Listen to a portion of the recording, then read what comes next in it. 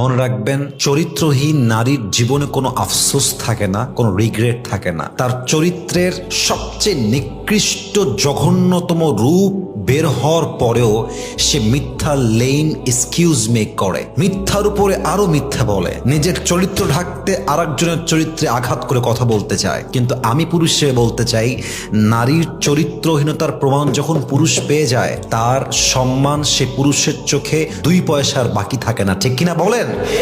তখন পুরুষ সেই নারীকে রাস্তার 10টা মেয়ের মতো সস্তা মেয়ে মনে করে। তার জীবনে সে প্রতারক চরিত্রহীন নারীর কোনো প্রকার কোনো জায়গা থাকে না। এজন্য আমার মনে হয় চরিত্রহীন চরিত্রবান হতে পারে যদি তার ভুলের রিয়েলাইজেশন তার মাঝে কাজ করে, যে ভুল স্বীকার করতে জানে, সে তার ভুলকে পরিবর্তন করে একটা সময় সঠিক হতে পারে। আর যে তার ভুল করেও ভুলকে স্বীকার করতে চায় না, তার জীবনে কখনো ভালো মানুষ হওয়ার মতো গুণটা সে অর্জন করতে পারে না, ঠিক কিনা বলেন?